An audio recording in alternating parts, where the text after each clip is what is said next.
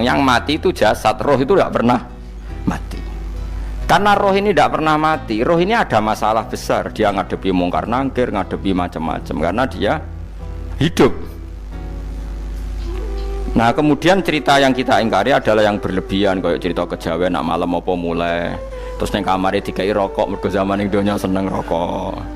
Rokok wis kaleng cung, wis dirumbuk di rokok mbahmu.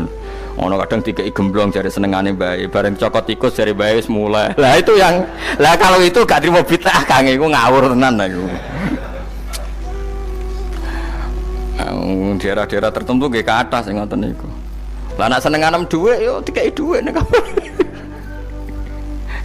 Agar dhuwit ilang jare wis dijuk bae. Lah nek iku mboten enten sanate. Makanya roh itu enggak pernah selesai didiskusikan ulama. Ya terus ketikane para ulama tafsir nggih ketikane para ulama tafsir niku taruhan pertama lafat niku hakikat. Hakikat niku ya hakikat. Misale urip niku ya ambekan. Urip niku ambekan, mati iku mandek ambekane. Kita takoki misale takrife mati kuwi. Ora urip apa ora ambekan? Mboten jawab lho, ora sampean tak latih ilmu mantek.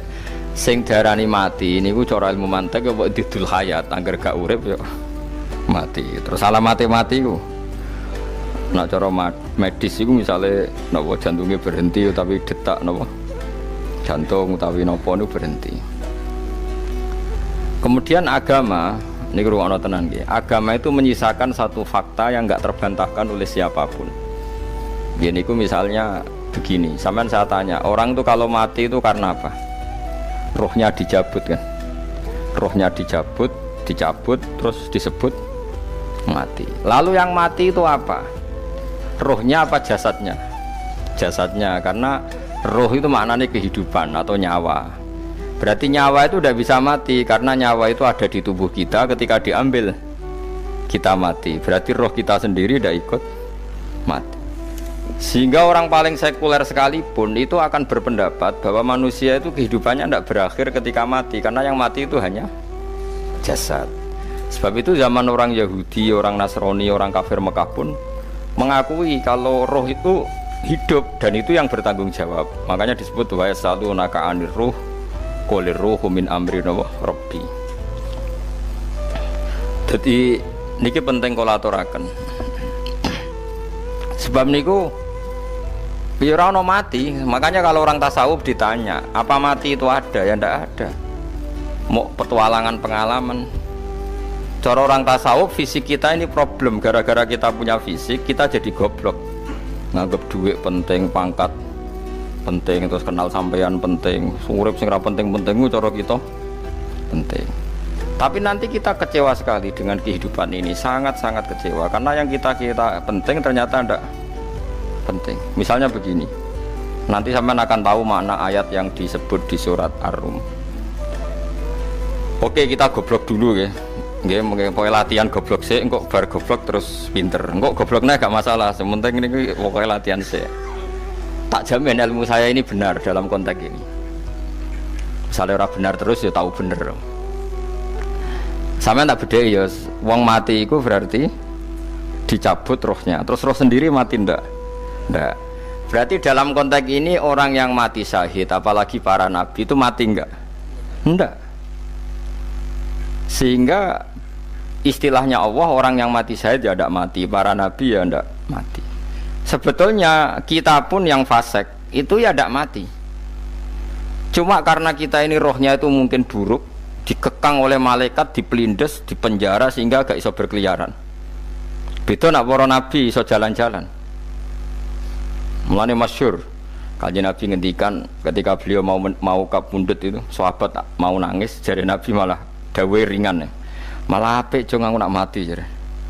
Kok gitu ya Rasulullah? Masyhur itu hadisnya itu, hayati khairun lakum wa mamati ya khairul lakum. Aku mati ya apik, urip ya apik. Wa amma hayati fali asunna lakum as-sunnah. Aku nak urip akan mentradisikan satu sunnah yang bisa Anda tiru. Ya sunnah caranya sholat, sunnah caranya zakat, sunnah caranya berperadaban dengan istri, dengan tetangga, macam-macam. Sunnah di sini artinya bukan sunnah madzhab fikih yang wali ane wajib tadi, napa? Perilaku, napa? Perilaku. Terus nak kabudut ya Rasulullah. Ya malah penak aku nak kabudut itu jejer pangeran. Terus delok kowe jare Nabi. Nak kelakuanem apik aku muji pangeran. Nak kelakuanem elek wong aku wis parek pangeran tak jalukno sepuro. Mane ndak blekem terusno ae mergo selain wis bakat ya ana sing jalukno napa? Sepuro. Lah sakjane kowe lah ya urip.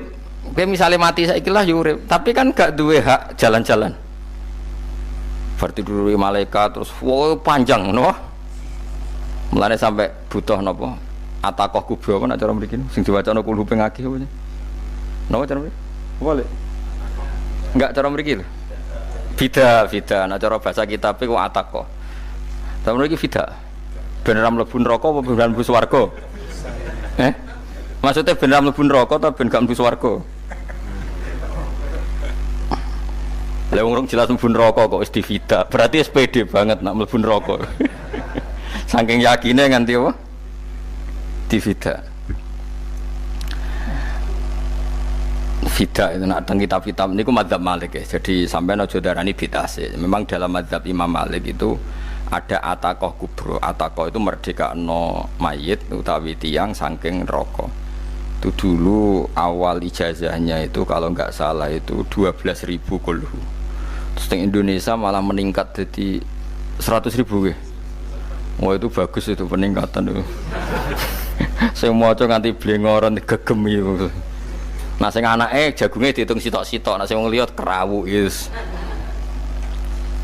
Kula bolak-balik diundang ra tau teko, perkara niku wis ketoke ora meyakinkan kerawuk di. Nah, itu mungkin benar ya. Artinya mungkin benar itu kalau roh itu tidak meninggal, berarti ya masih menerima doa kita, masih ada muasalah sambung dengan kita. Sehingga itu yang diceritakan Rasulullah SAW ketika Mi'raj. Rasulullah ketika Mi'raj itu di semua hadis sahih, seolah lagi di semua hadis sahih Nabi itu ketemu para nabi ndak? Ketemu. Karena bagi Allah nggak masalah. Ya masih punya sentimen. Ya layaknya orang hidup. Ya ono sentimen berhubung Nabi saudarane hasud, ya duwe sentimen. Nabi Muhammad itu ketemu Nabi Idris, ketemu Nabi Adam, terus ketemu Nabi Musa, Nabi Isa, terus macam-macam. Saya ketemu Nabi Nuh dalam semua sejarah. Mergo jare beda madhab jare dadi.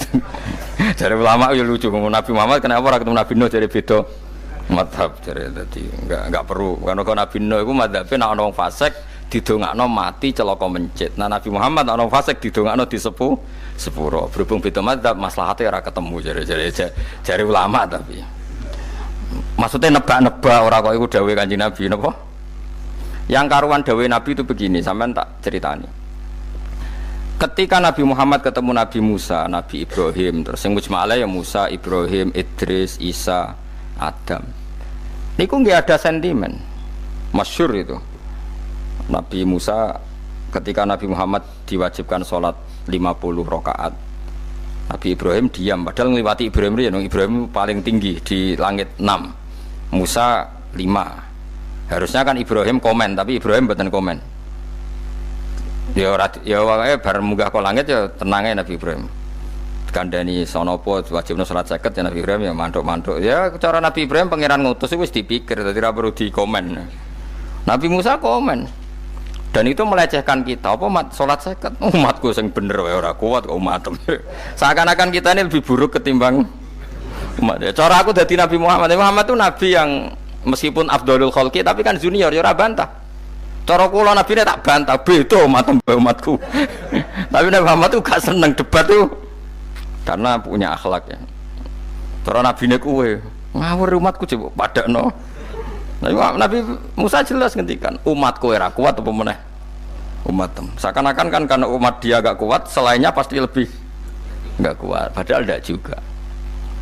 Mulane kula seneng kados saya Itali di Zainal Abidin, salat sedina 1000 rakaat. Berarti ben Nabi Musa ketok kelirune, jare sapa 50 rakaat ra kuat. Aku di umat Ali Zainal Abidin sedina 1000 rakaat. Kalau nggih nate salat sedina 300 rakaat, pisanlah tahu. Paling kan ketemu Nabi Musa kula nate. Tapi ya mau tahu tok aja kon terus. Lho itu kiang-kiang kuno nak Ramadan cek kuat lho ya. Tarawih kan wis piro? 23 ya. Iku nak sing waras bengi cek tahajud piro? Enggak 23 tahajud standar piro to? 12 kok 2 amatir. Wah. Kowe wis gak murahan tenan Kang. Tahajud itu standar piro to? 13 Kang. 13 itu tahajude 12, witire sita utawa tahajude 10. Witire 13. Kabeh riwayat itu 12 Kang. 12 witire sita berarti 13. Berarti 3 gas gawe 20 sik. 20 ambek 13 piro? 33 tambah 17 rakaat. Pinten? Mun 50 kan salat 5 waktu kan 17 rakaat. Engko ana sing rodok kiai kan qobliyah ba'diyah. Asal coba diasar lho. Wis nglangkai 50 sembrono ya Nabi Musa ngeklaim enak wae makanya. Tapi Nabi Muhammad nabi yang baik dene ora mboten kok terus gak terima nggih semeneng ae napa. Itu namanya sentimen. Ya boleh Nabi sentimen boleh, Nabi juga manusia boleh punya sentimen. Akhirnya dituruti nganti 5 waktu berarti kanton pinten 17 rakaat. Nah yang ada sentimen tuh begini, lalu Nabi Musa ku nangis. Nabi Muhammad semedon bisa nangis. Aku ya pangeran mayubki kaya Musa sing nangis. Kowe nangis nok kowe apa? Ya Allah, saya itu tidak mengira ada hambamu yang setelah saya yang bisa naik kelas di atas saya. Dia tidak terima kelasnya dilewati. Makanya Nabi ya karena punya roh itu ada sentimen. Orang kaya kowe ana wali kutub ya ben kono wali-wali dhewe, penting aku oleh ngerokok oleh. Kita kan tidak punya sentimen. Itu tidak baik dalam kehidupan orang kok tidak punya sentimen. Makanya Nabi Musa itu terkenal Nabi paling sering mensomasi Nabi Muhammad. Makanya dia ceritanya diulang-ulang di Quran karena dia paling banyak sentimennya. Oh sering gerutu deh. Tapi lucunya pangeran itu seneng mbek gerutune Nabi Musa dan itu nggak bisa ditiru, masyhur itu. Karena ketika dia gerutu terus gitu, mau ngomong sendiri gerutu, khiddah itu gerutu. Bahasa Arabnya khiddah omongan sing tajem sing gerutu. Nabi Muhammad tanya sama Jibril, ya Jibril, kenapa Allah nggak tersinggung ketika Musa menggerutu terus? Jawab Jibril, huwa ya alamu khiddata, pangeran gue sapal mbek gayane dekne, dadi yo dibarno. Dan itu tidak cerita Israiliyat, itu cerita-cerita yang masih di hadis sahih. Ini tidak cerita Israiliyat, cerita-cerita masih di hadis sahih. Makanya gerutu itu ya oleh, brengkel itu ya oleh asal proporsional, brengkel itu ya oleh asal nopo proporsional. Yaiku siji syaratnya keyakin aku kekasih pangeran. Problemnya kan orang kekasih pangeran. Musa aku gak terimanan. Contoh paling masyhur itu tadi. Musa, kalau kamu sudah membebaskan Bani Israel dari kaum Jabbarin, kaum Kan'aniyin, ngene iku tiang-tiang budi. Kula nanrangno iku ora iso, pokoke bangsa Palestina, tapi aja arane Palestina wong Kan'aniyin, pokoke angel, pokoke Kan'aniyin aja. Enggak usah diterjemah sensitif. Kamu tak kei Taurat. Barang jare setelah kaum Kan'aniyin ditaklukkan Nabi Musa sowan ning Turisina. Turisina iku gununge niku mulai Yordan ngantos kawasan Mesir, wis pol gede nih. Niku sinten Nabi Musa ngajak waqtara Musa qaumahu sab'ina rajulal limiqatina. 70 orang pilihan ya cara kene santri pilihan, kiai pilihan dijak. Pokoke singkat cerita Nabi Musa mojok sebab piye umat umik piye pokoke terus nggawa Taurat. Umate sing 70 wong brengkel lan nu'mina laka hatta narawaha napa jahra. Kok enak sampean mojok dhewe terus muni ketemu pangeran. Kita ndak bisa percaya kalau enggak melihat Allah sendiri. Gentenan pangeran sing tersinggung, wong ora nabi kok kecangkeman njaluk kaya nabi, ora levele njaluk roh pangeran. Terus akhirnya sambar bledek mati pokoknya. Bareng mati Nabi Musa malah lucu. Ya Allah, tiang 70 tak jak kon dadi seksi. Nek jenengan mateni terus seksine sinten? Sepundi jenengan kudu diuripno. Akhirnya pengiran diuripno. Perkara ini dikomplain Nabi Musa. Jadi Nabi sering gremeng, sering komplain pangeran Nabi Musa. Tapi pangeran seneng wong kekasih, yes bener wae. Mulane wong penting dadi kekasih pangeran sih. Engko keliru-keliru ku bener wae. Tapi nek ora kekasih bener wae ya salah. Wis pidato pengajian nak siar Islam, tapi nek ora kekasih disalahno mbek pangeran. Ana wali ku nak salat iku ora tau kok jero masjid. Iku wali. Padha mbek sing saf awal. Sing saf awal gak trimo salate ning jopo kok. Wali, ya kok dhuwur. Ditakoki, kena napa jenengan kok wali padahal nak salat kok guri kok jaba jare. Aku iku isin sowan pangeran kok ngarep mergo dosaku iku akeh. Baro kaya sopan rawani kok ngarep iku ngrasa. Dadi sing seneng saf awal ya wong pede-pede. Tapi aja nut iki ilmu aja nut. Ora ngeteruske muni saf awal gak sunat. Dari Gus Bawo sesat kaya ngomong ngono. Sembrono. Maksudnya kabeh kok ana ilmune. Lan kalau nak sholat gue gurih ya ana ilmune. Mergo nak kok ngarep imame dredeg faktore iku. Dadi yo ana wali mergo sholat kok gurih. Inni astaghfi minallah iki isin mbek pangeran. Nak aku sing atadan nasubidzunub aku iki urung bersih kok sholat kok ngarep. Mane wong ngaji ku ya bolak-balik aja kok mau ngaji. Afdol paling soft paling apik soft awal. Terus maksa soft awal mau soft guri iku ya ilmu. Mbok guri ku ya ilmu. Sing ora ana ilmune iku ora jamaah, iku ora ana ilmune. Lha iku ora ana napa? Ilmune blas iku. Dadi wali ku ya macam-macam.